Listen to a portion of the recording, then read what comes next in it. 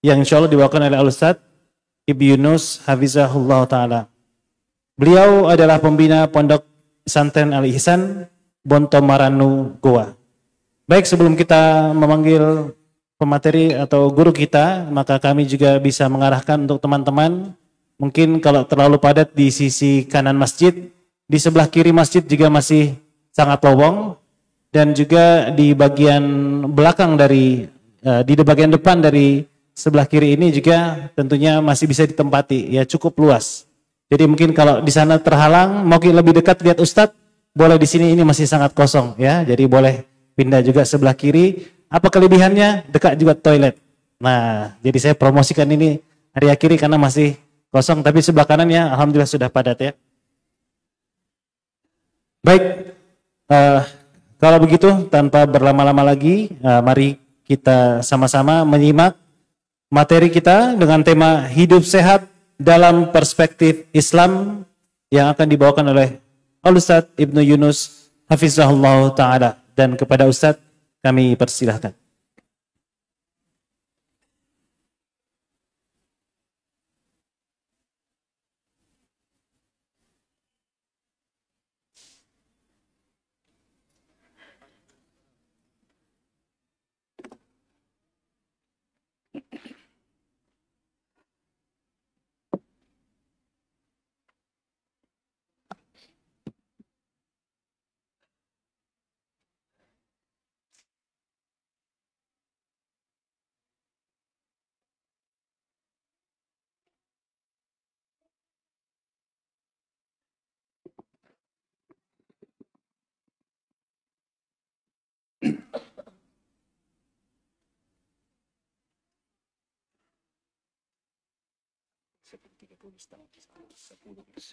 Termasuk tidak dikuis kan, pada dikuis berarti.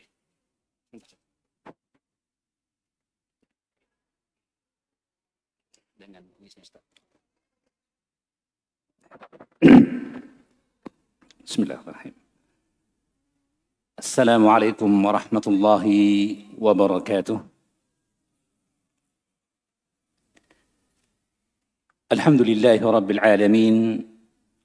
والعاقبة للمتقين وصلى الله على سيدنا محمد النبي وعلى آله الطاهرين وسلم تسليما.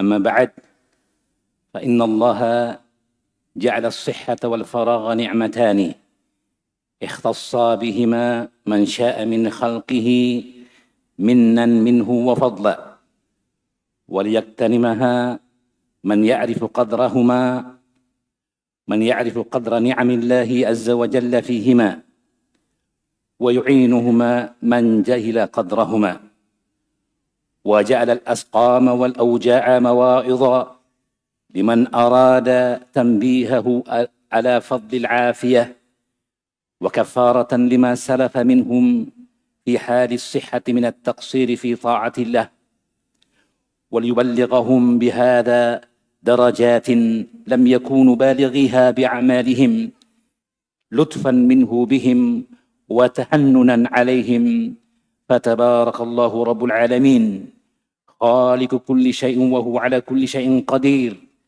لا يسأل أما يفعل وهم يسألون. إخواني في الدين أعزني الله وإياكم.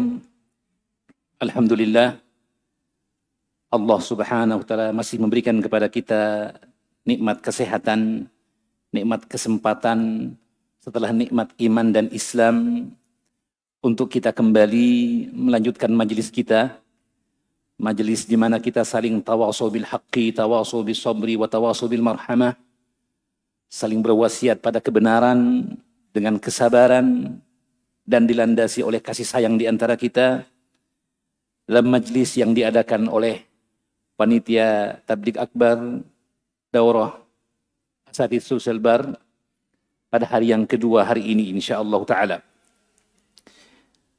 Alhamdulillahi bi ni'mati tatimmus shalihat. Segala puji bagi Allah yang dengan nikmatnya sempurna amal-amal kebajikan. Dan tema yang diamanahkan kepada kami di sini, tema yang insyaallah sangat bermanfaat bagi kita, penting untuk kita fahami.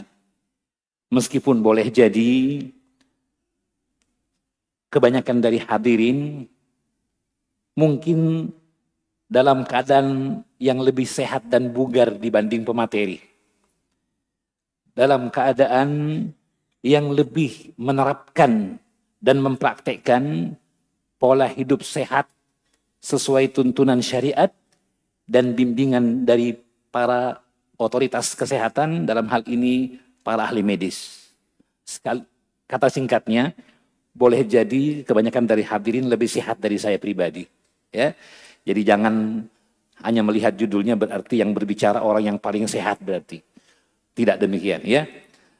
Jadi tidak lain hanyalah peringatan, fadzakir fa inna dzikra tanfa'ul mu'minin. Topiknya adalah hidup sehat dalam perspektif Islam. Hidup sehat dalam perspektif Islam. Perspektif artinya pandangan, sudut pandang Islam. Bagaimana Islam memandang hidup sehat itu. Tentunya materi ini didasarkan kepada pijakan yang terdapat dalam Al-Quranul Karim, surah An-Nahl. Allah berfirman, وَنَزَّلْنَا إِلَيْكَ الْقُرْآنَ تِبْيَانًا لِكُلِّ شَيْءٍ وَهُدًى وَرَحْمَةً وَبُشْرَى لِلْمُؤْمِنِينَ. Allah berfirman yang artinya, dan kami telah turunkan kepadamu, wahai Muhammad sallallahu alaihi wasallam, Al-Quran, yang dia adalah tibyanan likulli syai', penjelasan atas segala sesuatu. Wahudan warahmah, petunjuk serta kasih sayang. Wabushra lil mu'minin, wabushra lil muslimin, dan sebagai kabar gembira bagi orang-orang yang muslim, orang-orang yang bersedekah diri. Jadi berdasarkan ketentuan ayat ini dan faedahnya, bahwa syariat Islam itu sempurna dan menyeluruh, mencakup seluruh aspek kehidupan, termasuk dalam perkara kesehatan. Lalu mungkin ada yang bertanya, apa kaitan antara kesehatan dengan tema utama dari tabligh akbar kita, kebahagiaan yang paripurna? Tentu saja bahwa kesehatan ya memiliki peran yang besar untuk teraihnya kebahagiaan itu sendiri. Ya. Namun bukan berarti bahwa orang yang tidak sehat tidak bahagia. Maka butuh tentu saja kerangka-kerangka dalam memahami kaitan antara hidup sehat dalam pandangan Islam dengan kebaikan itu dalam poin-poin yang kami susun insyaallah ta'ala. Semoga Allah mudahkan. Mungkin telah tersebar, kami sebutkan poin-poin pembahasan kita. Pertama pengantar, telah kita sebutkan tadi pembukaan. Kemudian apa itu hidup sehat menurut otoritas kesehatan tentu saja. Dan kemudian menurut tinjauan syariat. Ya. Kemudian poin yang ketiga, perhatian syariat terhadap kesehatan dan pola hidup sehat. Poin yang keempat adalah antara kedokteran modern dengan kedokteran Islam atau tibbun nabawi. Apa korelasinya, apa hubungannya, ya. Sering kita dapatkan ada pertentangan di kalangan sebahagian saudara-saudara kita, yang satu mengunggulkan yang lainnya, yang ini melecehkan dan merendahkan yang lainnya. Bagaimana sebenarnya menyikapi fenomena tersebut? Ini semua kerangka memahami hidup sehat dalam perspektif Islam. Ya. Kemudian yang terakhir, yang kelima tentu saja adalah kaidah-kaidah Islam yang berkaitan dengan kesehatan dan pola hidup sehat. Ya. Ujungnya nanti adalah kesimpulan keterkaitan antara kesehatan dan kebahagiaan. Itu kerangka pembahasan kita pada pertemuan hari ini. Tentu saja materinya sebenarnya materi yang cukup berat, apalagi bagi kami, meskipun pernah sedikit mempelajari ilmu tentang kedokteran ini, tapi kami bukan orang yang punya kapasitas untuk berbicara tentang kedokteran, ya, dalam hal medis kaitannya. Oleh karena itulah materinya adalah hidup sehat dalam perspektif Islam. Kebetulan kami pernah mempelajari beberapa ilmu-ilmu dasar Islam, belajar kepada para masyayikh, kemudian mendapatkan faedah tentang pemahaman agama Islam ini, mudah-mudahan bisa mengantar kami, diri kami pribadi dan hadirin seluruhnya untuk memahami bagaimana hakikat hidup sehat dalam perspektif Islam. Baik, ikhwani fiddin, azanillahu wa iyyakum. Kita masuk kepada pembahasan materi, namun saya ingatkan dua perkara. Perkara yang pertama adalah bahwa yang tadi saya sebutkan, kami tidak memiliki otoritas untuk berbicara tentang kesehatan dalam sisi medis. Hendaknya kita pulangkan kepada ahlinya. Istilahnya, jika sakit berlanjut, konsultasikan kepada ahlinya. Kan begitu, ya. Ahli kesehatan tentu saja, ya. Kemudian yang kedua, bahwa hendaknya kita memberikan perhatian kepada ulumul qawaid, kepada ilmu yang berkaitan dengan kaidah-kaidah. Ya. Ini penting sekali, ya. Karena kaidah memberikan kepada kita gambaran permasalahan yang umum atas suatu perkara tersebut. Kaidah dibuat berdasarkan nilai-nilai dan pokok-pokok inti dari maqasidus syariah, dari tujuan syariat itu sendiri. Ya. Dan kaidah, satu kaidah mampu menyelesaikan berbagai permasalahan yang tercakup dalam kaidah tersebut. Ya, jadi ini penting bagi kita untuk memahami kaidah-kaidah. Demikian pula dalam masalah hidup sehat dalam perspektif Islam. Ya, membahas kaidah-kaidahnya lebih penting bagi kita. Adapun membahas praktisnya, detailnya, maka juga penting dalam hal memberikan pendekatan terhadap kaidah tersebut. Kata para ulama, bil mithal yattadihul maqal. Dengan contoh konkret dari suatu permasalahan akan kita pahami dengan baik kaidah dan permasalahan itu secara utuh tentu saja. Tapi datang dalam bentuk penggambaran saja. Adapun detailnya maka membutuhkan ruang dan waktu yang lebih banyak tentu saja. Dan waktu kita terbatas, karena itu saya memohon maaf jika banyak kekurangan di sana sini dari pembahasan. Sekali lagi kita lebih berbicara pada masalah kaidah-kaidahnya, ya. Adapun praktisnya datang dalam bentuk contoh, dan tentu saja yang kita inginkan adalah perkara-perkara yang penting, yang atau paling tidak kami anggap penting dalam masalah ini, tanpa mengingkari perkara-perkara yang lainnya. Saya kira demikian. Taib ikhwani fiddin, azanillahu wa yakum. Perkara pertama tentang pembukaan. Tadi kami membuka khutbah majelis kita ini dengan sebuah cuplikan dari pembukaan mukaddimah yang disebutkan oleh Al-Imam Al-Hafidh Abu Bakar Ahmad ibn Muhammad ibn Ishaq As-Sunni Ad-Danyawari yang hidup antara tahun 280 Hijriah, abad ketiga Hijriah, ulama abad ketiga, 280 Hijriah, wafat tahun 364 Hijriah. Beliau murid dari Imam An-Nasai, salah seorang di antara imam 4 dari pemilik kitab As-Sunnah yang disebutkan oleh para ulama, Ashabus Sunan Al-Arba'ah, yaitu Imam Abu Daud, Tirmidzi, Nasai, dan Ibnu Majah. Beliau adalah muridnya. Beliau mengarang kitab di antaranya At-Tibbun Nabawi, prophetic medicine atau pengobatan cara Nabi. Ya, dalam kitab tersebut beliau memberikan muqaddimah, dan muqaddimahnya saya bahas sedikit karena adanya kalimat-kalimat yang indah dari beliau sebelum masuk pembahasan. Kata beliau, segala puji bagi Allah, pencipta alam semesta, dan sesungguhnya keutamaan dan kebaikan akhirnya hanyalah milik orang-orang yang bertakwa.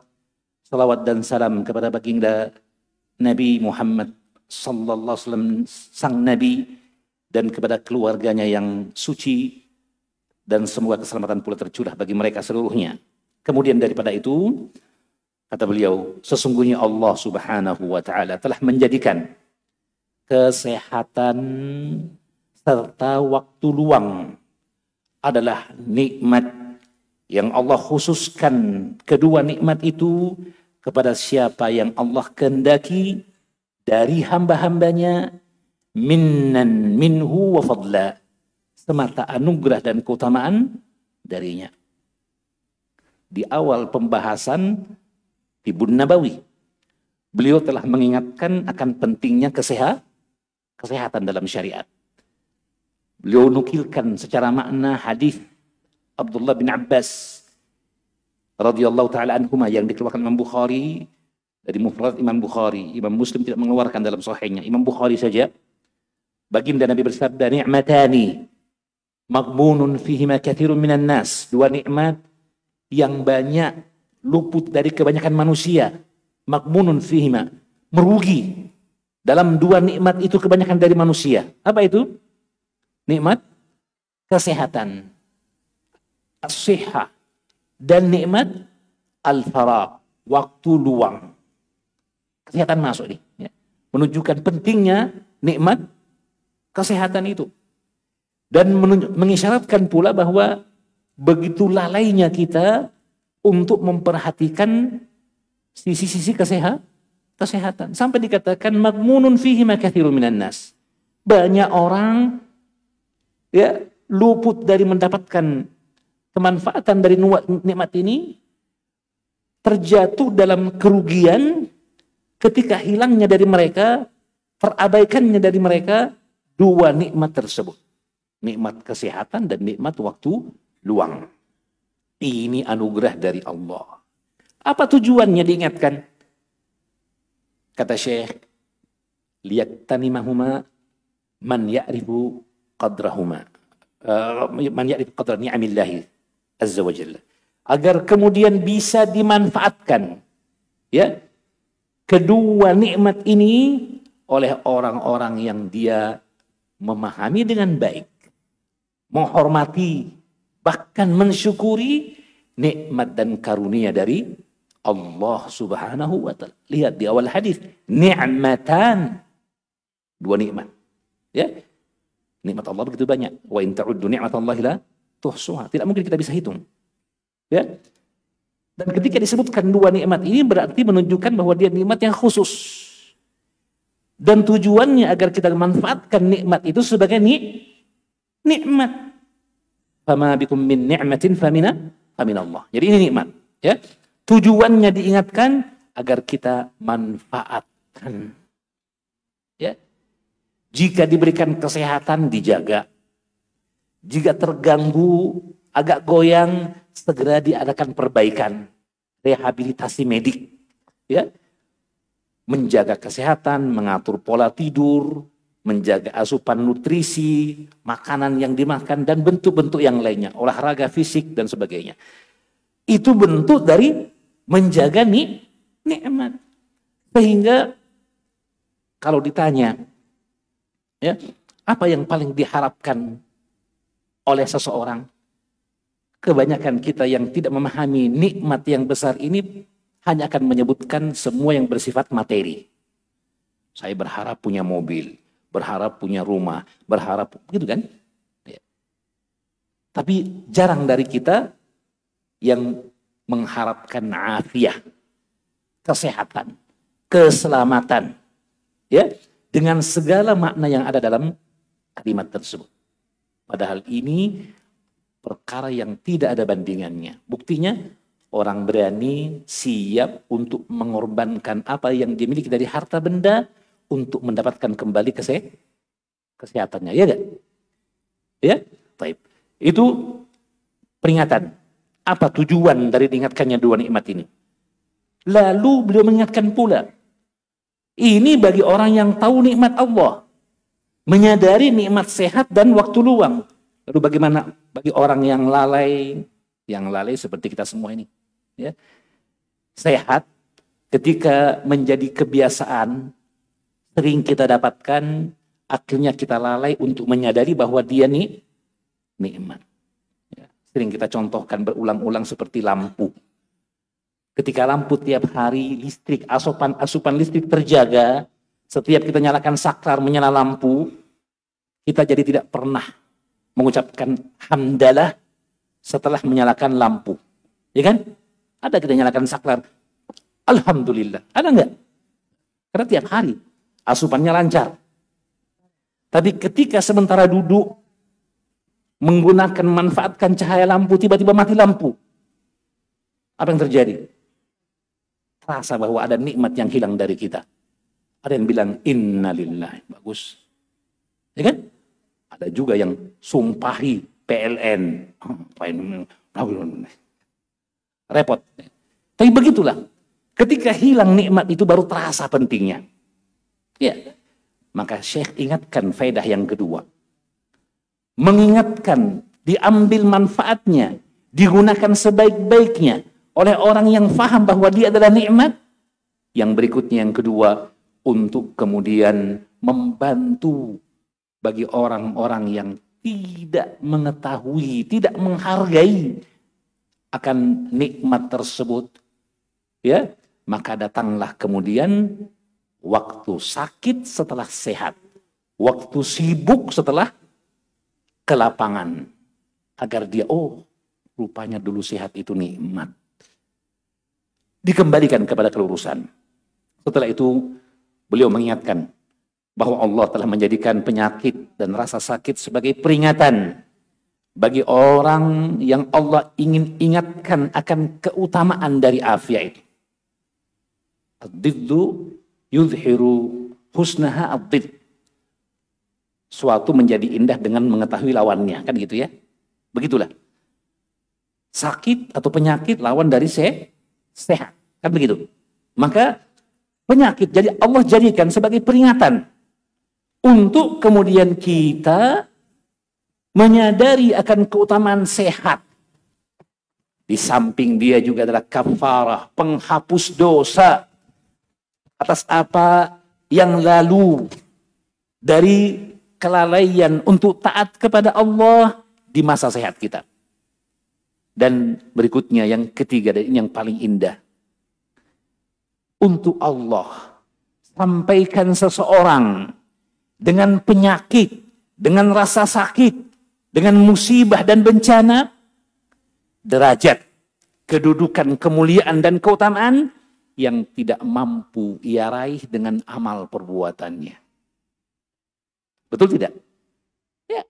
Dalam hadis sahih riwayat Imam Abu Daud dalam Kitabul Janaiz bab al-amrad mukaffiratun lidzunubi, bab bahwa yang namanya dosa, penyakit adalah penghapus dosa.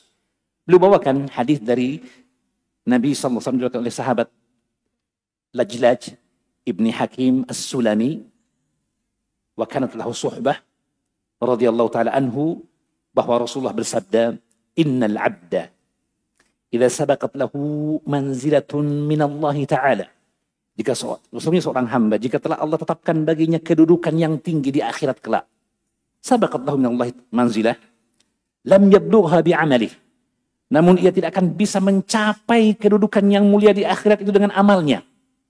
Ibtalahu Allahu fi jasadihi au fi malihi au fi waladihi, Allah berikan ujian termasuk penyakit pada tubuhnya, pada hartanya, pada anak keturunannya. Fasabbarahu, lalu Allah jadikan padanya kesabaran atas musibah, sabar ketika mendapatkan penyakit. Hatta yuballighuhu al-manzilata, hingga Allah tempatkan ia pada kedudukan tinggi yang mulia, allati anzalahu Allahu tabaraka wa ta'ala, yang telah Allah siapkan baginya. Lihat, penyakit mengantar kita pada tempat tersebut asalkan mampu untuk bersabar. Subhanallah, ini muqaddimah, pengantar yang luar biasa dari beliau, ya. Kata beliau, lutfan minhu, sebagai bentuk kelembutan dari Allah kepada mereka hamba-hambanya, wa tahannunan, dan kasih sayang beliau kepada mereka.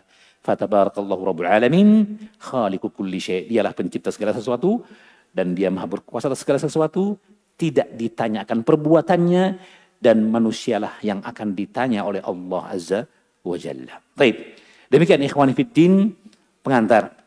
Selanjutnya kita akan membahas tentang apa itu hidup sehat. Ya.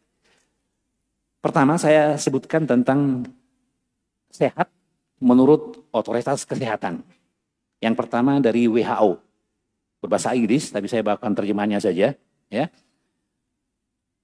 Menurut WHO, sehat adalah keadaan yang sempurna, baik fisik, mental, maupun sosial. Perhatikan baik-baik. Jadi sehat ternyata bukan terbatas kepada fisik saja. Fisik bahagian dari apa yang dicakup oleh kesehatan. Tapi tidak terbatas pada itu.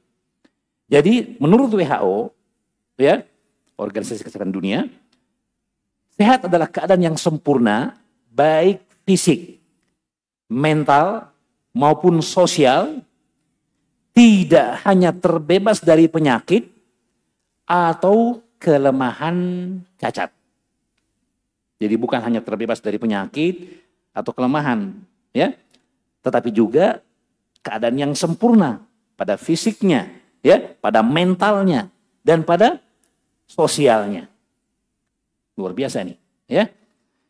Ini keputusan poin-poin dari WHO tentang hakikat kesehatan.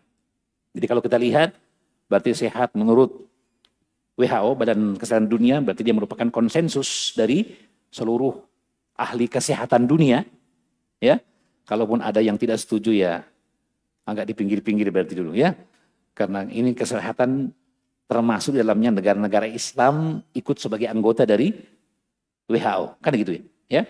Jadi kita kembali ketika sehat sendiri tidak terdefinisikan secara syar'i, maka kaidahnya kita kembali kepada urfi, konsensus, apa yang berlaku secara adat dan disepakati. Itu kaidahnya. Paham ya? Baik. Jadi itu secara WHO. Jadi kalau begitu, sehat menurut WHO ada kesehatan biologis, psikologis, dan sosial. Sosial. Luar biasa ini. Ya. Nah, saya tidak panjang lebar, tapi kalau menurut definisi ini, definisi sehat ini, mohon maaf ini, kita semua sakit. Ya. Ada orang yang sehat bugar tubuhnya, tapi tidak sehat dari sisi sosial. Suka marah, baku bombek dengan tetangganya. Sosial berarti. Ya. Paham ini? Wah, ini repot ini. Kesehatan yang sempurna seperti ini repot ini. Ya, baik. Itu dari otoritas dunia. Sekarang dari Kemenkes. Kementerian Kesehatan. Ada 2 undang-undang tentang kesehatan, Undang-Undang Nomor 23 tahun 1992, Undang-Undang Nomor 23 tahun 1992. Namun saya ambil yang terbaru, Undang-Undang Nomor 36 tahun 2009. Ya, tentang kesehatan. Disebutkan bahwa sehat adalah keadaan sehat baik secara fisik, mental, spiritual, maupun sosial. Nah, mantap nih definisinya. Pemerintah kita nih. Ya, ada tambahan apa? Spiritual. Mantap. Ya. Sehat adalah keadaan sehat baik secara fisik, tubuh, ya, mental. Ini banyak sekarang dibahas tentang pentingnya kesehatan mental. Anak-anak sekarang ketika kecanduan game dan sebagainya ini juga berbahaya, ya. Ataupun pertemanan yang toksik, yang tidak sehat dan lain sebagainya, ya, ataupun perlakuan yang kurang bijak dari orang tua kepada sang anak membawa trauma, ya. Ini perkara-perkara yang menimbulkan terjadinya goncangan mental, ya. Maka yang seperti ini termasuk dalam cakupan sehat atau tidak. Jadi sehat sekali lagi adalah keadaan sehat baik secara fisik, mental, spiritual, maupun sosial. Tidak hanya itu, ada lanjutannya. Yang memungkinkan setiap orang hidup produktif secara sosial dan ekonomis. Waduh, ya. Ternyata sehatnya juga semakin luas lagi. Ya, katanya keadaan sehat fisik, mental, kemudian apa tadi? Spiritual, kemudian apa? Sosial, yang memungkinkan setiap orang untuk hidup produktif Produktif nih. Tahu ya produktif? Mampu berkarya, selalu berbuat kebaikan. Ya, produktif. Tidak pasif, tidak kemudian ia masa bodoh dengan keadaannya, dan sebagainya. Produktif. Ya. Bahkan produktifnya diingatkan secara sosial dan ekonomis. Kalau sosial berarti kaitannya kemanfaatan bagi maslahat kemanusiaan. Adapun ekonomis berarti produktif dalam kemampuannya untuk memberikan income, pendapatan bagi keluarganya yang diwajib dinafkahi dan lain sebagainya. Paham ya? Ini luar biasa nih. Jangan-jangan kita semua sakit nih kalau definisi ini kita terapkan ini. Ya. Ya. Tapi saya bukan ingin mencari dalil.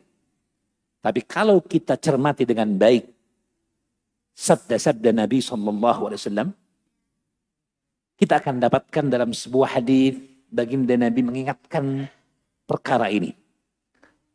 Kata baginda Nabi SAW, asdaqul asma'i al-harith wal-hammam.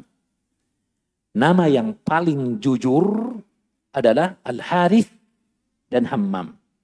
Sebelumnya kalimatnya ahabbul asma'i ilallah. Nama yang Allah paling cintai adalah Abdullah dan Abdur Rahman. Adapun nama yang paling jujur nih. Apa itu? Al-Harith dan Al-Hammam atau Hammam. Apa artinya Al-Harith? Al-Harith. Apa artinya? Al-Amil. Orang yang beramal. Alias produktif. Itu seorang manusia harusnya dia produktif. Jika ia pasif, tidak bisa memberi perubahan pada lingkungannya, maka ia telah menggelontorkan sifat manusia dari dirinya. Paham ya? Ya. Siapa yang sampaikan ini? Baginda Nabi. Al-Harith. Hammam, dari kata himma, artinya apa? Punya obsesi, punya cita-cita, punya harapan. Harapanlah yang menjadikan manusia bisa sampai ke bulan. Ya? Ke Mars, atau kemanapun. Bisa mengeksplorasi bumi, mengambil hasil bumi, bisa menyuburkan tanaman, menumbuhkan bahkan di tanah yang tandus sekalipun. Survive. Menundukkan tantangan alam. Ya. Menghadapi perubahan iklim. Ya kan? Ini datang dalam bentuk adanya himmah. Ini baginda Nabi. Ya. Jadi sehat begitu luasnya dalam pandangan otoritas kesehatan di negara kita. Ya, saya kira itu mungkin. Nah, kalau begitu kita ingin tahu. Lalu sehat itu sendiri menurut syariat kira-kira bagaimana? Ya, menurut syariat artinya menurut penjelasan para ulama. Ya, karena sekali lagi kita sebutkan bahwa dalam kata sehat itu sendiri tidak datang keterangan yang tegas tentang definisinya dalam syariat. Ya, maka adapun sehat menurut syariat, maka sehat tentunya berasal dari kata as-sihah. Dia bentuk penyerapan bahasa Arab ke dalam bahasa Indonesia. Ya, orang sekarang bilangnya Arabisasi. Ya, apa-apa yang berbau Islam ketika dijelaskan, dikerjakan, dibilang, wah ini kamu ini terpengaruh Arabisasi. Apa-apa Arab. Bangga kek sama produk dalam negeri. Apa yang dibanggakan produk dalam negeri? Anisme. Penyembahan patung. Apa yang produk dalam negeri? Sampai keyakinan pun diarahkan ke sana. Ini keliru. Mencintai produk dalam negeri, kalau bersifat barang itu bagus. Itu bukan hanya meningkatkan devisa, kemampuan finansial masyarakat kita, meningkatkan ekonomi masyarakat. Bukan hanya itu, bahkan bagian dari bentuk ketahanan nasional. Memakai produk dalam negeri. Punya kaitan dengan pertahanan dan keamanan. Kan gitu. Ya? Itu kalau sifatnya barang. Adapun masalah agama juga kok diutik-utik. Dikatakan produk dalam negeri dan sebagainya. Ini keliru ini. Ini kebablasan. Ya? Maka ikhwani fiddin azimullah. Kalimat Indonesia saja, bahasa kita saja, banyak menyerap dari bahasa Arab. Di antaranya kata sehat itu sendiri. Yang didefinisikan oleh Kemenkes tadi. Ya. Nah, jadi dia diambil dari kata as-sihah, secara umum berarti sembuh, sehat, selamat dari celah, juga bisa berarti nyata, betul, bisa berarti benar, sahih, benar, ya, sesuai dengan kenyataan. Itu makna umum. Ya. Ibn al-Faris dalam kitabnya Mu'jam Maqayisil Lughah, dalam madah sod dan ha, sahha, ya. Beliau mengatakan as-sad wal ha aslun yadullu ala al-bara' min al-maradi wal aini wal aibi wal istiwa'i wa min dhalika as-sihhatu dhihabu as-suqmi wal bara'atu min kulli aibin was-sahih was-sihahu bima'nan. Kata beliau, huruf sad dan ha dia adalah asal yang sahih dalam bahasa Arab, menunjukkan al-bara'ah minal marad, sembuh dari penyakit, bersih, terlepas, ya, wal aib, dan dari cacat atau celah, dari penyakit dan cacat. Dan juga berarti al-istiwa, juga berarti adanya keselarasan, keseimbangan. Itu maknanya, keseimbangan. Dan darinya diambil kata as-sihhah, masdarnya, ya, yang berarti hilangnya penyakit dan bersih dari segala cacat atau celah. Ya. Kata sahih dalam bahasa Arab dan sihah maknanya sama. Maknanya sama. Ya. Demikian ya, makna sehat ini dalam sebagian mu'jam bahasa Arab, ya. Kemudian as-sahhaha, sadhaha, di antaranya as-sahih, was-sihhatu was-sihahu, khilafus sughmi wa dhihabul maradi, wa qad sahha fulanun an illatihi wastasahha. Sehat, ya, dengan bahasa sahih, sihah dan sihah artinya lawan dari sakit, hilangnya penyakit. Dikatakan fulan sehat dari penyakitnya artinya sudah sembuh, mengalami kesembuhan, ya, perbaikan keadaan kesehatan. Disebut proses penyembuhan, ya. Nah, kata sehat atau sihah dalam bahasa Arab ini sinonimnya banyak. Di antara yang paling dekat adalah al-afiyah. Al-afiyah, ya. Ya. Adapun makna al-afiyah secara umum adalah artinya kesehatan yang sempurna, sembuh, terbebas dari penyakit dan bala. Itu arti secara umum. Ya, saya ulangi, al-afiyah artinya kesehatan yang sempurna. Oh iya. Kesehatan yang sempurna, sembuh, terbebas dari penyakit dan bala. Itu secara umum, ya. Disebutkan oleh Imam Fairuz Abadi dalam kitabnya Al-Qamus Al-Muhit, al-afiyatu difa'ullahi anil abdi afahu Allah ta'ala min makruhin afa'an wa mu'afatan wa afiyatan wahaba lahu al-afiyata min al-ilali wal bala. Kata Fairuz Abadi dalam kitabnya Al-Qamus Al-Muhit, afiyah adalah pembelaan Allah kepada hamba. Difa'ullahi anil abdi. Pembelaan Allah dan penjagaannya kepada hamba. Dikatakan afahullahu ta'ala minal makruh. Allah menjaganya, membelanya dari al-makruh, perkara yang tidak menyenangkan. Afaan, masdarnya afaan, wa mu'afatan, wa afiyatan. Ini masdarnya, 3.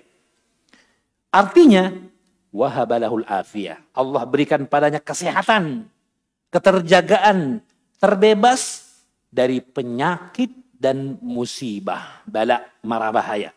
Dari penyakit dan mara bahaya. Ya.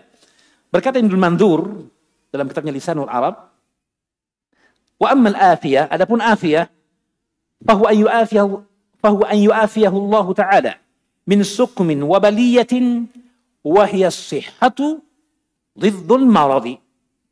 Adapun afiyah, kata Ibnu Manzur rahimahullah taala, adalah Allah memberikan kesehatan kepada seseorang dari penyakit dan musibah. Jadi dari penyakit dan musibah. Ya. Dan dia disebut juga kesehatan. Wa huwa sihah. Berarti sinonim antara afiyah dengan sihah, ya, yaitu lawan dari sakit. Ya, yuqal afahullahu wa'afahu ay wahaba lahu al-afiyata min al-ilal wal balaya. Dikatakan seorang dijaga oleh Allah, dibela oleh Allah, diberikan mu'afah oleh Allah, artinya Allah anugerahkan kepadanya kesehatan, keterjagaan dari penyakit maupun mara bahaya, ya, bencana mara bahaya dan seterusnya, ya. Intinya ikhwan fiddin azanillahu wa iyyakum, sehat dan afiah ini memiliki keterkaitan yang kuat, Dah. Untuk itu satu kalimat penting mungkin untuk kami ingatkan berdasarkan sebuah hadis dari Anas bin Malik radhiyallahu taala anhu, doa yang diajarkan oleh baginda Nabi sallallahu alaihi wasallam. Doa memohon afiah. Ada yang bisa sebutkan doanya? Ya. Ada yang lain lanjutannya lagi? Oh ya, jazakallahu khair, barakallahu fik. Ya, disebutkan saudara kita tadi. Jazakallahu khair. Allahumma inni as'aluka al-afiyata fid dunya wal akhirah. Ya Allah, berikan aku al-afiyah. Luas di sini. Sehat, bukan hanya fisik, terjaga dari penyakit, juga terhindar dari musibah bencana mara bahaya. Ya. Sehat secara fisik, mental, spiritual, dan sosial, kalau definisi Kemenkes, sehingga mampu untuk produktif dalam hal apa tadi? Dalam hal sosial dan ekonomi. Paham ya? Dalam hal sosial dan ekonomi. Ya, kita minta kepada Allah. Al-afiyah, kata para ulama, mencakup dunia dan akhirat. Meskipun kebanyakannya dikaitkan dengan dunia. Allah menas'aluka al-afiyah di dunia wal akhirah. Was'aluka al-afwa wal afiyah fi dini wa dunyaya. Dan aku minta kepada-Mu ya Allah, al-afwa wal afiyah. Kaitan antara al-afwu dan afiyah. Al-afwu, mu'afah, musamahah, maaf. Di antara nama Allah yang indah adalah al-afu. Ya. Doa yang disyariatkan dibaca pada tempat yang paling utama, pada waktu yang paling utama. Itu apa? Lailatul Qadar. Allahumma innaka afuwun tuhibbul afwa fa'fu anni. Al-afu. Digandengkan dengan afiyah. Dengan makna afiyah tadi diantaranya ada kesehatan. Apa sih kaitannya? Luar biasa. Ya. Dinukilkan oleh Imam Al-Munawi, Al-Hafidh Al-Munawi dan Faidul Qadir, syarah Jami'us Shaghir, juz yang kedua, halaman 32. Perkataan Hakim At-Tirmidzi, di mana beliau mengatakan, Al-afu wal-afiyah. Kalimat al-afu dan afiyah masing-masing berkaitan dalam akar kata. Mustaqun ahaduma minal akhar. Akar katanya sama. Ya. Akan tetapi kata beliau, al-afiyah penggunaannya kebanyakan berkaitan dengan perkara-perkara dunia. Kebanyakan ya. Adapun al-afwa kebanyakan berkaitan dengan perkara-perkara akhirat. Ya. Dan karena itu disebutkan dalam hadis Anas bin Malik, ya, iddaraini, di dua tempat harapan untuk meraih afiyah di dunia dan di akhirat. Kemudian afwa, ya, fi dini wa ahli wa mali, ya. Dan disebutkan lagi kemudian perkara-perkara yang kita harapkan afwa dari Allah Azza wa Jalla. Disebutkan fi darain idzanan bi annahu yarji'an ila syai'in wahid, sebagai isyarat kata Syekh bahwa dia kembali kepada satu makna yang sama. Ya, yaitu ketika perkara yang berkaitan dengan siksaan dan ancaman, kembalinya kepada agar Allah mengampuni darinya, afa anhu. Dan ketika berkaitan dengan bencana dan musibah, agar kita terjaga, terlindungi dari perkara tersebut. Al-afu wal-afiyah. Itu kaitannya. Ya, al-afu dan afiyah. Ya, selamat dari siksa dan hukuman yang diancamkan bagi orang-orang yang melanggar perintah Allah, dan selamat dari bentuk musibah dan bencana, penyakit, ya, yang mungkin didapatkan oleh seseorang sesuai dengan ketentuan takdir Allah Azza wa Jalla. Ini kesehatan dan kesempurnaan dalam meminta keselamatan dari Allah Subhanahu wa taala. Ya, agar sehat fisik kita, ya, bahkan bukan cuma mental kita tapi juga spiritual kita, dan bagaimana kita pun bisa terlindung dari segala bentuk kedurhakaan dan penyimpangan dari syariat Allah Azza wa Jalla. Baik. Jadi kalau begitu ikhwani fiddin, kesehatan begitu kuat maknanya dalam Islam. Ya, tidak bertentangan dengan apa yang disebutkan dalam definisi oleh otoritas yang tidak disebutkan tadi. Ya. Baik dari WHO maupun Kementerian Kesehatan, ya. Dan tentu saja maknanya akan menjadi semakin kuat ketika berkaitan dengan tinjauan syariat, karena kita berbicara sekarang tentang perkara yang berkaitan dengan agama, ya. Jadi motif dan dasarnya bukan hanya sekedar kebiasaan hidup sehat, ya, bukan hanya karena adat, kebiasaan, tuntutan, keinginan pribadi, obsesi, keinginan, harapan agar terlihat sebagai orang yang sehat untuk dirinya, tidak. Tapi cakupannya adalah bagaimana meraih pahala dengan kesehatan tersebut. Bagaimana dalam setiap usaha untuk menjaga kesehatannya, ia mendapatkan bukan hanya badan yang sehat, bukan hanya mental yang sehat, tapi juga pahala di sisi Allah Azza wa Jalla. Ini yang membedakan seorang muslim dengan selainnya, insyaallah ta'ala. Ya, baik ikhwani fiddin, jika ini difahami, maka kita masuk kepada tahapan berikutnya insyaallah ta'ala, yaitu perhatian syariat terhadap kesehatan dan pola hidup sehat. Ya, kita ingatkan bahwa tentu saja kaidah-kaidah syariat sangat banyak dalam hal ini, ya.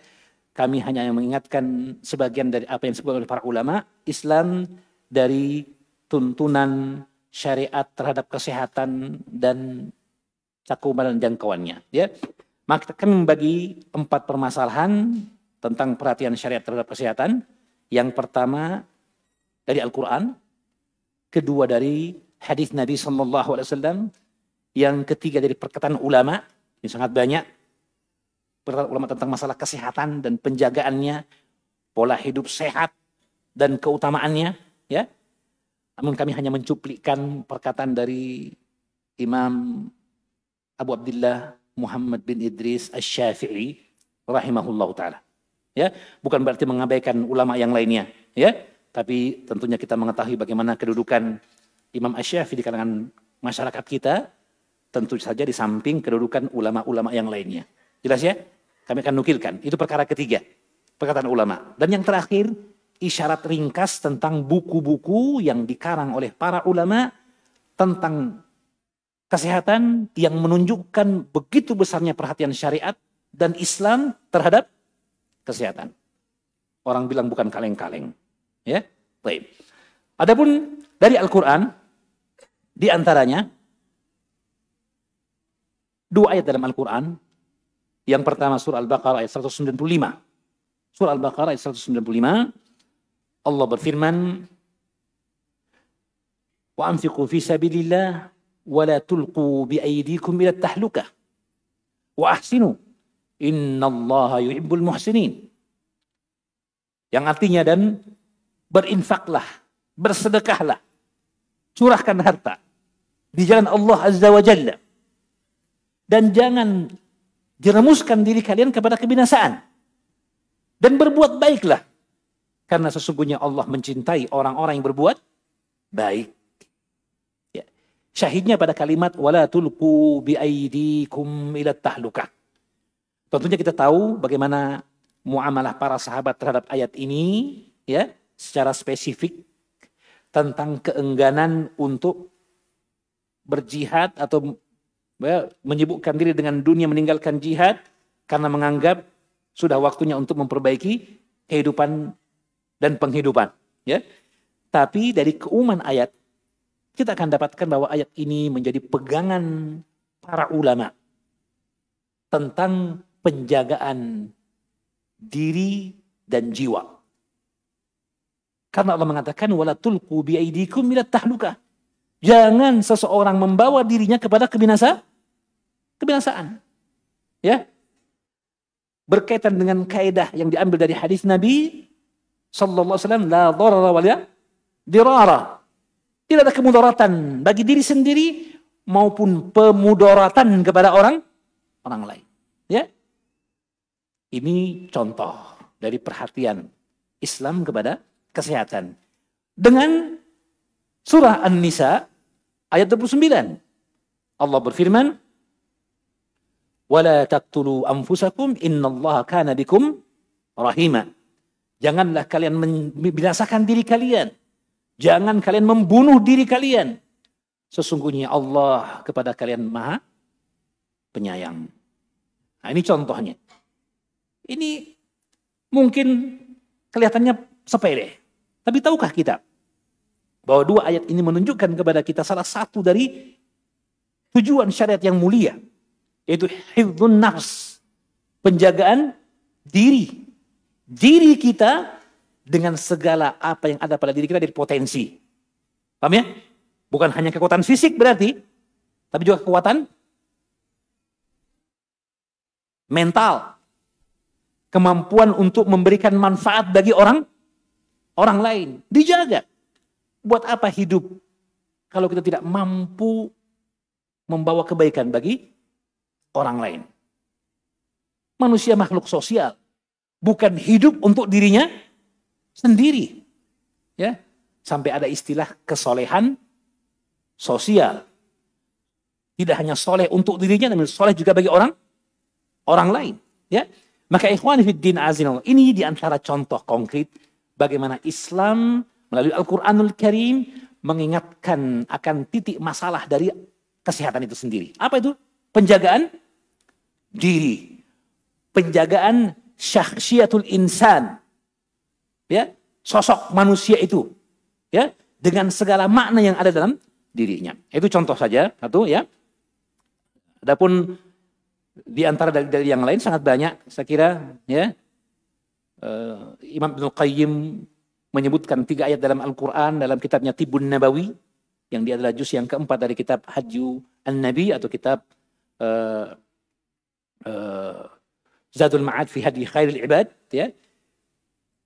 Kemudian di antara contoh konkretnya misalnya dalam surah An-Nahl sendiri kita akan dapatkan ayat 69 tentang madu, ya. Tentang madu, ya, bahwa dia di dalamnya fihi syifa'un linnas. Di dalamnya ada obat bagi manusia, dan sampai sekarang para peneliti ya terus menggali manfaat dan faedah dari madu sebagai bahan obat. Ya kan? Ya. Maka itu perhatian yang tinggi dari syariat seputar masalah kesehatan dan apa yang mengantar kepada kesehatan itu, termasuk bahan-bahan obat, ya.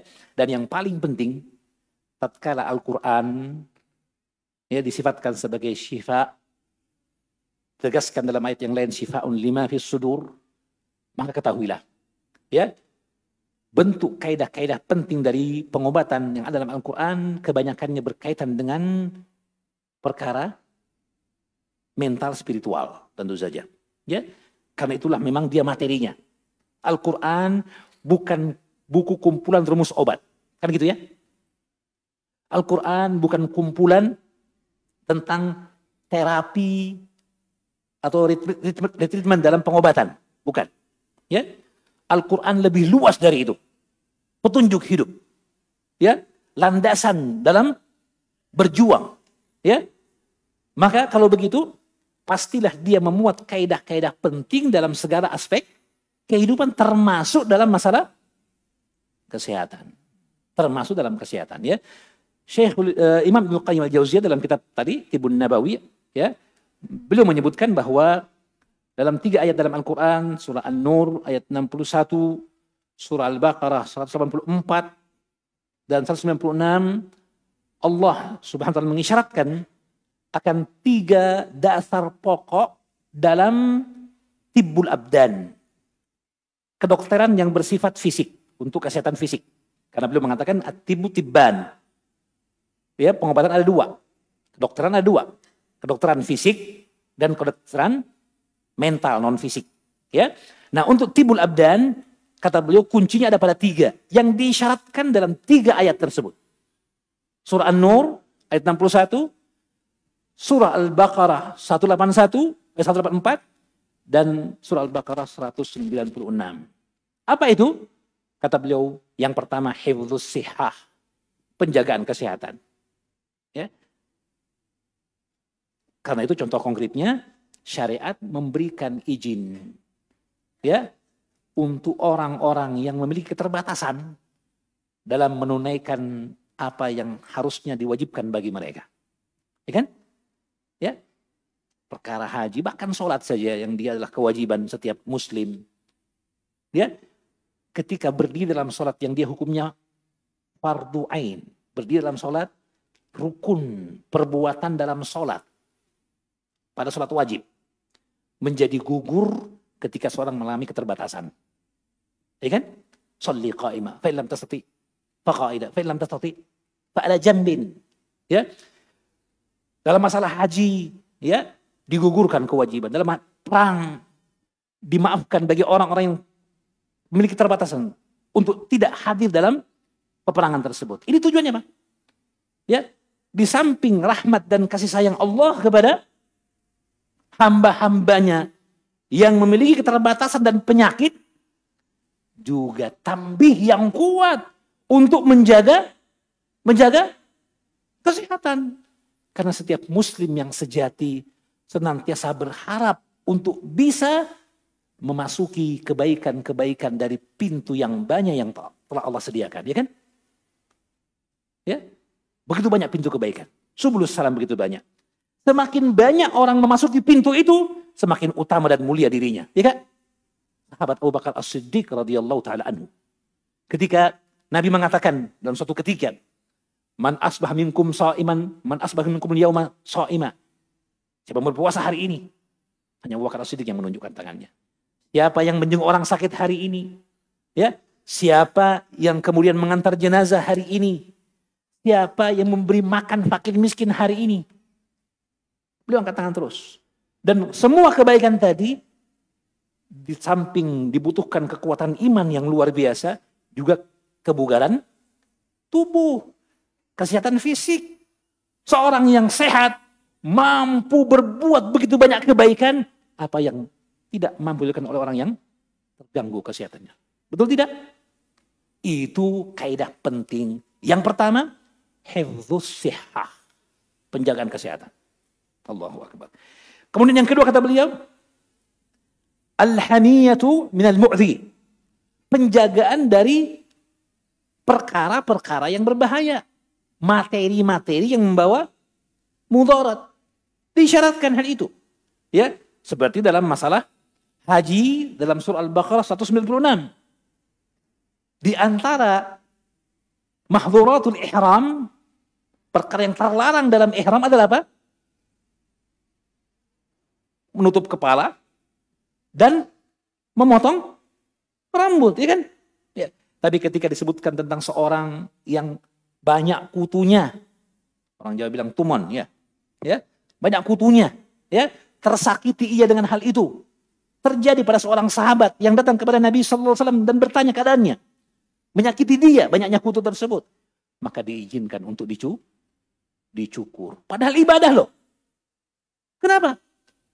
Karena ya mencegah diri, ya. Sebenarnya ini saya keliru. Ini contoh untuk istifrad mawad al-fasidah. Menghilangkan materi-materi yang berbahaya. Jadi ketika rambut terlarang dipotong tapi membahayakan karena banyak kutunya, maka boleh dicuci, maka dibuang. Zat-zat yang berbahaya itu dibuang. Jangan malah ditumpuk, dikumpul ya. Adapun yang tadi yang kedua afwan ya, al-hamiyah anil mu'dzi, penjagaan dari apa yang menyakitkan, ya seperti bolehnya orang yang dalam keadaan safar untuk tidak berpuasa meskipun di siang hari bulan Ramadan. Karena puasa melemahkan fisiknya. Ya, mengurangi kebugaran tubuhnya. Ya, bahkan bisa menghambat ia dari melaksanakan perjalanan yang ditempuhnya. Ya enggak? Maka dihindari. Jadi pertama penjagaan kesehatan, kedua ya menjaga dari apa yang membahayakan, yang ketiga membuang zat-zat yang berbahaya atau perkara-perkara yang membahayakan. Tiga ini kata Imam Ibnu Qayyim al-Jauziyah adalah pokok dari tibbul abdan, tibbul abdan, pokok dari pengobatan medis yang berkaitan dengan masalah kesehatan tubuh atau fisik. Ya, diambil dari mana? Al-Quran mengisyaratkan hal tersebut. Ya, subhanallah. Baik. Kemudian kita lanjut saja kepada contoh dari hadis Nabi sallallahu alaihi wasallam. Ya, adapun contoh dari hadis Nabi sallallahu alaihi wasallam, tadi kita ingatkan tentang hadis Ibnu Abbas, ni'matani maghmunun fihima katsirun minan nas, dua nikmat yang banyak lalai darinya, menyesal darinya, ya, tidak mampu memanfaatkan dengan baik. Kebanyakan manusia ya nikmat kesehatan dan nikmat waktu luang, ya. Dalam hadis Abdullah bin Umar radhiyallahu taala anhuma yang dibawakan oleh Imam Nawawi dalam kitabnya Arba'un Nawawiyah, ya, Rasulullah bersabda atau berkata Ibnu Umar bahwa Rasulullah memegang pundakku suatu hari dan berkata, kun fid dunya ka'annaka gharibun aw abiri sabilin. Ya. Kemudian setelah itu fakana Ibnu Umar yaqul, Ibnu Umar pun berkata, idza asbahta fala tantadhiril masa wa idza amsayta fala tantadhiri as-sabah. Kalau kamu tiba pada waktu pagi jangan tunggu malam. Ya. Jika tiba waktu sore malam jangan tunggu pagi. Segera kekan kebaikan itu, ya. Lalu beliau mengatakan, khudh min sihhatika li maradik. Ambillah dari kesehatanmu sebelum datangnya sakit. Wa khudh min hayatika li wafatik atau li mautik. Ambillah dari kehidupanmu sebagai bekal untuk kematianmu. Intihasul furas, memanfaatkan kesempatan ini datang, ya. Lebih konkret lagi,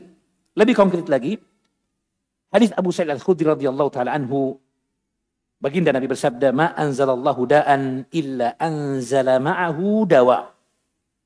Tidaklah Allah menurunkan penyakit melainkan Allah menurunkan bersamanya obat.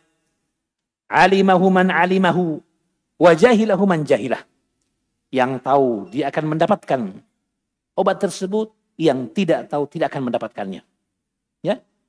Tentunya kalimat ini kalimat yang tidak hanya bersifat pernyataan, ikhbari, bukan.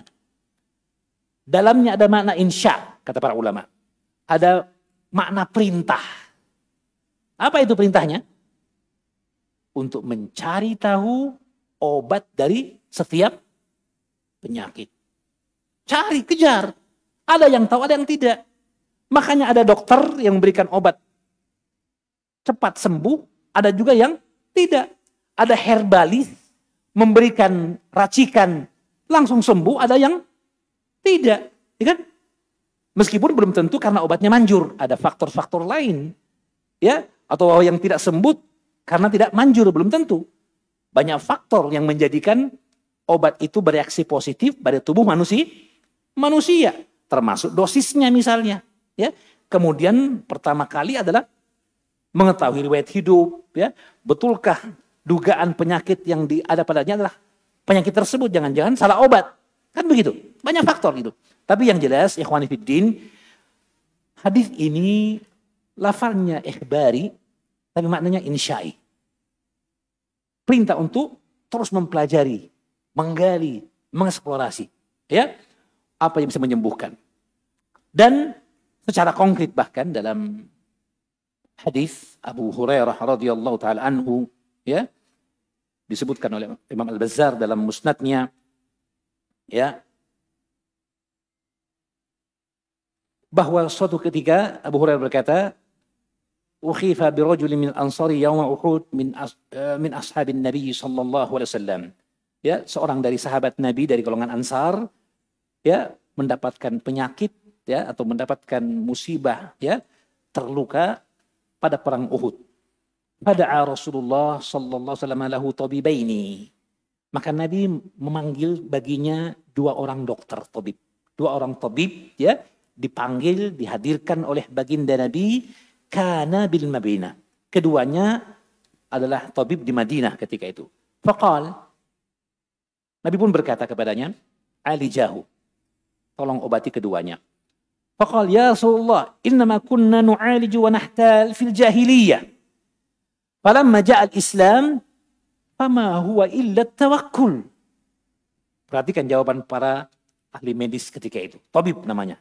Ya, mereka pun berkata, ya Rasulullah, sesungguhnya kami dulu mengobati, ya, mencoba untuk mengambil cara-cara kiat terapi, ya, di zaman jahiliyah bagi orang yang sakit. Itu dulu kami begitu. Di zaman jahiliyah seperti itu. Setelah datang Islam, maka tidak ada tersisa kecuali tawakal. Lihat jawabannya. Ya udah tawakal sajalah. Kan kita dipinta tawakal. Ini kan takdir Allah. Jawaban tabibnya begitu. Dulu kita berusaha bagaimana supaya sembuh. Sekarang ya tawakal mengkodeh. Kalau baik sembuh tonji nanti. Kalau meninggal mau diapa lagi? Takdir Allah. Ya. Maka apa jawab baginda Nabi SAW? Faqala alijahu. Obati kedua. Kalian berdua obati sahabatku ini. Ya. Fa innal ladzi anzala ad-da'a anzala ad-dawa'a thumma ja'ala fihi shifa. Sesungguhnya Allah yang menurunkan penyakit juga menurunkan obatnya. Pada obat itu ada kesembuhan. Qal fa'alajahu fabara'a. Maka diobati akhirnya sembuh. Allahu Akbar. Ikhtiar bagian dari tawakal ya Allah. Ya ikhwan ya. Baik. Juga dalam hadis Jabir bin Abdullah radhiyallahu taala anhu, riwayat Muslim, didapatkan bagaimana Nabi ya memerintahkan seseorang untuk mengobati Ubay bin Ka'ab radhiyallahu taala anhu ketika beliau sakit ya, maka beliau mendapatkan pengobatan kai. Jadi intinya ini Nabi SAW melaksanakan bentuk pengobatan ya, padahal beliau orang yang paling bertawakal kepada Allah Subhanahu wa taala. Beliau orang yang paling cinta kepada umatnya untuk bisa mengambil manfaat, ibrah, pelajaran dari penyakit dan musibah yang menimpa mereka. Beliau tidak akan mungkin menghalangi sahabatnya yang mungkin tetap sabar ketika dapat penyakit dari meraih kedudukan yang Allah janjikan baginya. Kan begitu? Bersamaan dengan itu baginda Nabi SAW menuntunkan kepadanya untuk berobat, memanggilkan ahli medis untuk mengobati, menunjukkan kepada kita begitu besarnya masalah syariat tentang pengobatan ini. Baik, selanjutnya, adapun dari perkataan para ulama, saya nukilkan perkataan Imam Asy-Syafi'i rahimahullah ta'ala, dua kalimat yang dinukilkan dalam kitab-kitab yang menyebutkan tentang biografi Imam Asy-Syafi'i, manaqib Imam Asy-Syafi'i. Di antaranya yang pertama, kalimat beliau, la a'lamu ilman ba'dal halali wal harami ambala min at-tibi illa anna ahlal kitabi qad ghalabuna alaihi. Kata beliau, tidak aku ketahui satu ilmu setelah ilmu halal dan haram. Ilmu halal dan haram, ilmu syariat kan? Ya, yang lebih mulia daripada ilmu medis, ilmu kedokteran.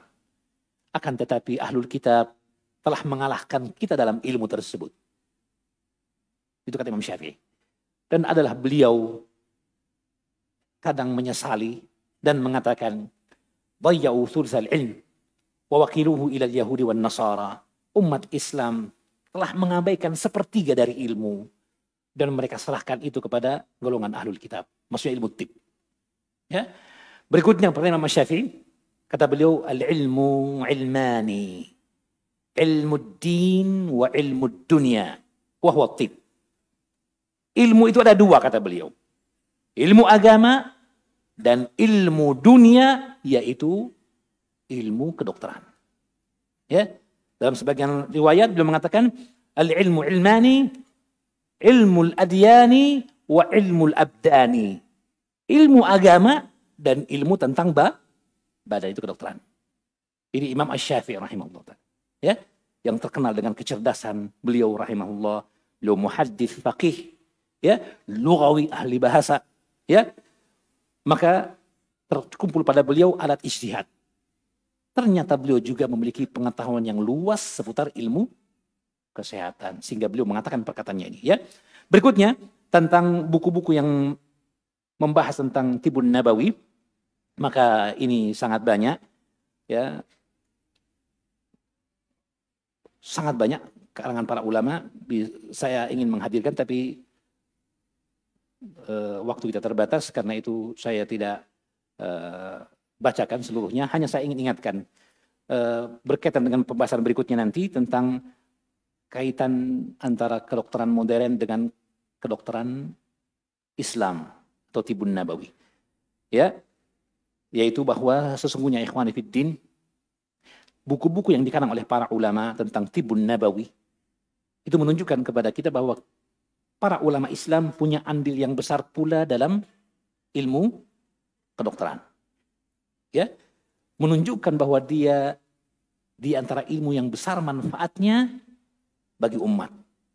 Ya. Kemudian bahwa apa yang terdapat pada buku-buku tersebut, ya, sifatnya adalah nusus asy-syar'iyyah, nas-nas syariat. Ya. Maka motivasi kita dalam mengamalkannya tentunya adalah dalam bimbingan semangat beragama, ya. Nah, itu bukan berarti kemudian kita mempertentangkannya dengan kedokteran modern. Ini yang perlu diingat, ya. Karena yang namanya kedokteran modern, ya, itu bagaimanapun dia hasil dari tajribah, eksperimen, ya, percobaan, uji klinis, ya.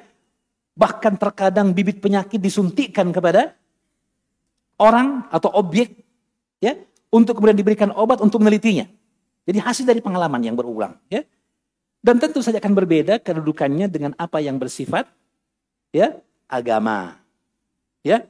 Hanya apa yang bersifat agama juga tidak boleh kita lepaskan dari kerangka yang ada dari bentuk-bentuk penelitian tersebut. Ya. Ketika kita tidak seimbang, maka terjadilah dua kelompok ekstrim dalam Islam sesama kaum muslimin. Kelompok itu apa? Kelompok yang pertama, kelompok yang meremehkan bimbingan Islam dalam ilmu kedokteran. Nah, ngapain Islam ngurus kedokteran? Urus saja umatnya, katanya gitu. Ya. Kenapa kok ada Tibun Nabawi? Enggak benar ini. Ini termasuk ilmu apa namanya? Ilmu yang sifatnya hanya klaim saja. Ya, ya katanya, ya, kayak seperti penulisan minat dan bakat kemampuan dengan golongan darah misalnya, ya, nggak ada hubungannya, hanya cerita-cerita saja, ya, atau seperti contoh melahirkan, ya, dengan cara memegang pohon kurma misalnya, ya, pseudo apa? Jadi ilmu yang semu, dibilang ilmu dibuatkan kerangka padahal bohong-bohong gitu. Ya, sebagian mengklaim begitulah Tibun Nabawi itu. Nah, ini mereka meremehkan, mereka melalaikan apa yang datang dari petunjuk para ulama dan peranan ulama Islam dalam ilmu kedokteran. Paham ya? Nah, ini tidak boleh yang seperti ini. Ini kita salah ini. Kita mengakui akan kesempurnaan Islam, keluasan ajaran-ajarannya, maka harusnya kita pun yakin bahwa bagian dari ilmu kesehatan pasti mendapatkan ruang yang cukup luas dalam Islam. Hanya mungkin kita keliru dalam memahami perkara kedokteran Islam itu sendiri. Pasti tidak ada dalam kedokteran Islam tahapan detail dalam penanganan penyakit tertentu. Ya, sebagian penyakit mungkin ada berdasarkan tajribah dari para ulama. Tapi untuk detailnya tidak. Itu pun bisa untuk diterima, bisa ditolak. Bisa untuk kemudian diterapkan, bisa pula tidak. Tapi apa yang sifatnya kaidah, dasar, petunjuk umum, maka ini berlaku secara universal. Ya, disinilah kedudukannya syariat. Apa? Mendatangkan pengagungan kepada Allah Subhanahu wa Ta'ala. Menghadirkan niat yang dengannya seorang mendapatkan pahala dalam setiap usaha menjaga kesehatan dan merawat tubuh serta mendatangkan kembali kesehatan yang tercabut darinya. Dengan niat tadi, ya. Jadi itu. Kemudian perkara yang lainnya sebaliknya, kelompok yang gulu, yang ekstrim, ya, mengatakan, wah, kalau kamu seorang muslim harus kembali kepada Tibun Nabawi. Jangan percaya para dokter. Buktinya apa? Kita datang saja tanya-tanya dulu. Yang mana yang sakit, yang ini, katanya dokter. Buat apa kuliah 10 tahun? Subspesialis, spesialis. Kita datang tanya-tanya juga. Ya kan gitu ya. Nah, ini kan imam menjatuhkan kedokteran modern, imam juga mengangkat-angkat kedokteran Tibbun Nabawi tadi, tapi berlebihan. Ya, sampai akhirnya terjadi apa yang terjadi. Ya, dengan memberikan madu kepada bayi yang di bawah usia 1 tahun misalnya. Ternyata dalam kedokteran didapatkan ini membahayakan. Ya, membahayakan memberikan perkara tersebut kepada anak-anak, meskipun madu adalah obat. Tapi kemampuan fisiologis dari sang anak belum tentu mampu untuk mencerna dari bahan obat yang dimasukkan ke dalam dirinya. Karena itu, pengobatan Islami dengan bahan-bahan maksudnya, ya, ini juga haruslah diatur dengan kerangka kedokteran modern. Ya, ada masalah dosisnya, ya, ada masalah indikasi dan kontraindikasi yang menjadi faktor. Ya, contohnya seperti penelitian di Saudi Arabia, didapatkan bahwa ternyata banyak penyebaran hepatitis C berlaku pada pelaku hijamah, bekam atau fasdu. Berarti apa yang kurang dari sini? Sterilisasi. Ya betul, hijamah pengobatan. Ya, tapi perlu kita jaga sterilisasi alat yang kita gunakan. Itu diatur dalam standar kedokteran. Ya, kalau tidak, maunya mengobati malah justru menyebar penyakit. Habbatus sauda. Dalam penelitian bahkan terjadi kasus seperti itu pula.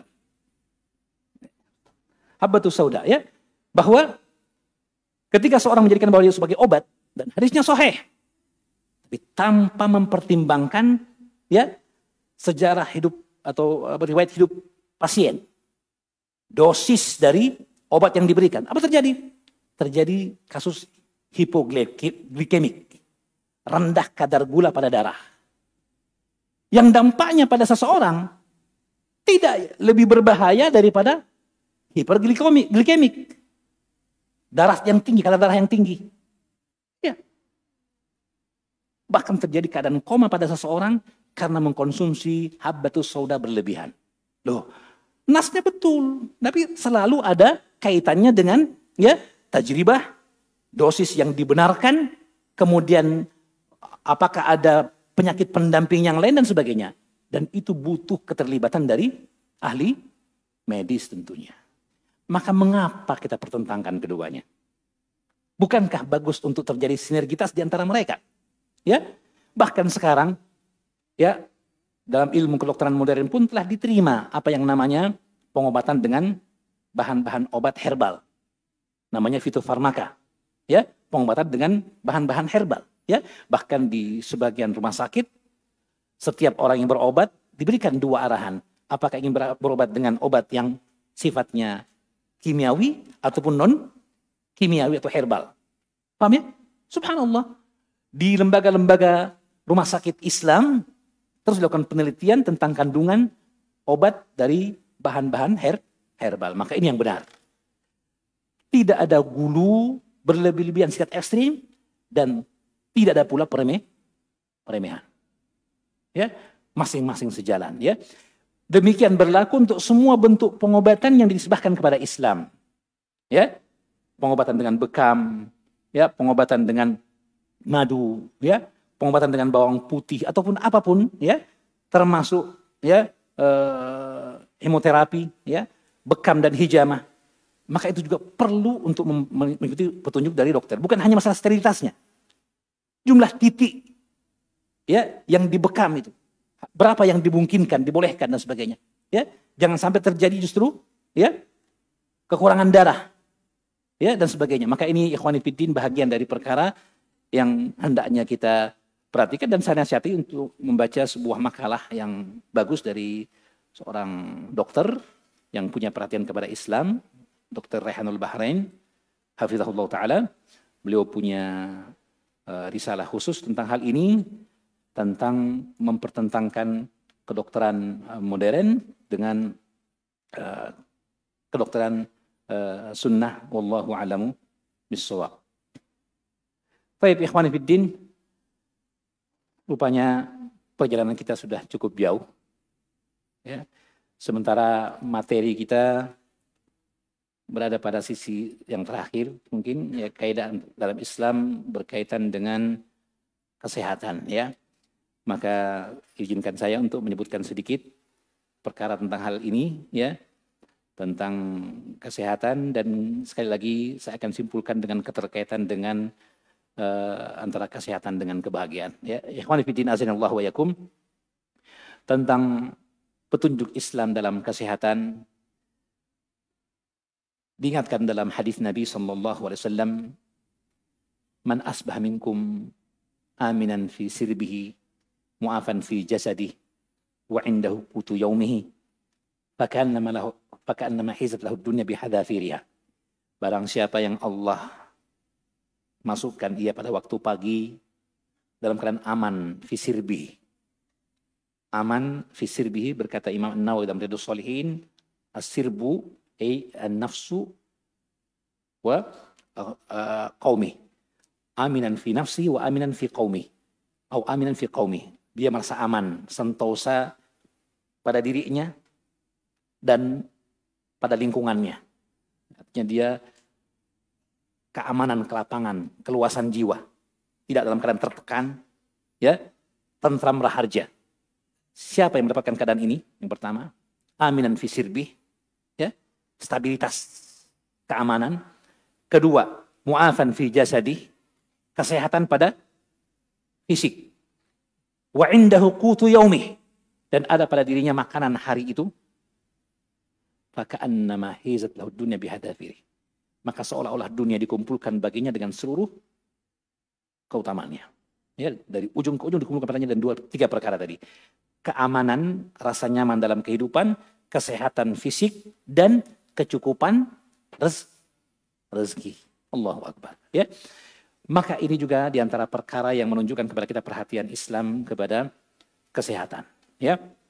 Adapun kaitan antara kesehatan dengan kebahagiaan, maka telah kita sebutkan tadi, kebahagiaan adalah keadaan dalam diri, ya, di mana seseorang ridha akan apa yang Allah takdirkan bagi dirinya, ya, mensyukuri atas nikmat dan karunia Allah Subhanahu wa taala, dan mampu menggunakan nikmat dan potensi itu untuk meraih ridha Allah Subhanahu wa taala.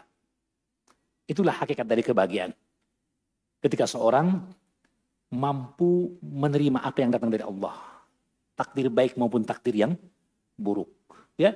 Lalu kemudian dia syukuri apapun yang Allah curahkan baginya, qanaah dalam kehidupannya.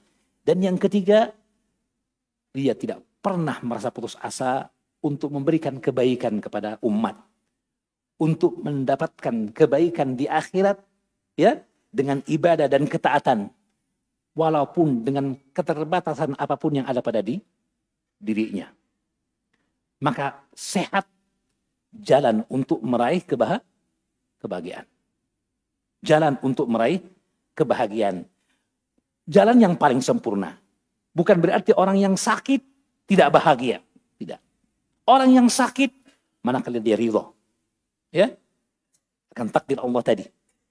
Kemudian ia tetap produktif dengan keterbatasannya. Berapa banyak orang yang punya keterbatasan fisik, disabilitas, namun mampu berbuat apa yang tidak mampu dilakukan oleh orang yang sempurna fisiknya. Ya enggak? Maka jangan ia terhalangi, terbatasi dari keterbatasannya untuk meraih kebaikan. Syukuri apa yang ada dari kebaikan. Maka Nabi mengatakan, ya, undur ila man huwa dunakum wa la tandur ila man huwa fawqakum wa ajru alla tazdu ni'matallahi alaikum. Lihat orang yang di bawah, jangan lihat orang yang di atas. Kalian akan mampu dengannya mensyukuri nikmat Allah yang Allah ada pada kalian. Apapun keadaan kita masih punya potensi besar untuk berbuat kebaikan, meraih keutamaan dan kedudukan yang mulia di sisi Allah, serta merasakan kebahagiaan. Ya, yang ketiga tadi adalah menggunakannya kepada apa yang Allah cintai dan ridhai. Sekali lagi, sehat di antara pangkal kebahagiaan. Peluang untuk meraih kebahagiaan dengan sempurna adalah dengan kesehatan yang sempurna. Saya kira ini mungkin bisa kami sampaikan. Mohon maaf atas apa yang ada dari kekurangan. Selebihnya kami serahkan kepada moderator. Mungkin hadiahnya ditunda saja. Ya, ya. Baik. Jika demikian, ikhwan fiddin, selesai permasalahan yang kami sampaikan, meskipun tentu saja banyak kekurangan di dalamnya, dan kami berusaha untuk melengkapinya. Tetapi apa yang kami sampaikan sekali lagi, mudah-mudahan bisa membawa manfaat bagi diri kami dan bagi hadirin seluruhnya. Mari jaga kesehatan. Ya. Kata orang Bugis, keep healthy. Ya. Tetap jaga kesehatan. Ya. Dan jangan lupa untuk bahagia. InsyaAllah ta'ala. Semoga Allah mudahkan kita untuk senantiasa di atas Islam dan sunnah Nabi SAW. Allah berikan kepada kita husnul khatimah dalam keadaan diridhai Allah dan diampuni dosa-dosa kita. Allahumma amin. Subhanakallah wa bihamdik. Asyhadu an la ilaha illa anta astaghfiruka wa atubu ilaik. Wa sallallahu sallam wa baraka ala nabiyina Muhammad wa ala alihi wa sahbihi. Wa akhiru da'wana anil hamdulillahi rabbil alamin. Wassalamu alaikum warahmatullahi wabarakatuh. Waalaikumsalam warahmatullahi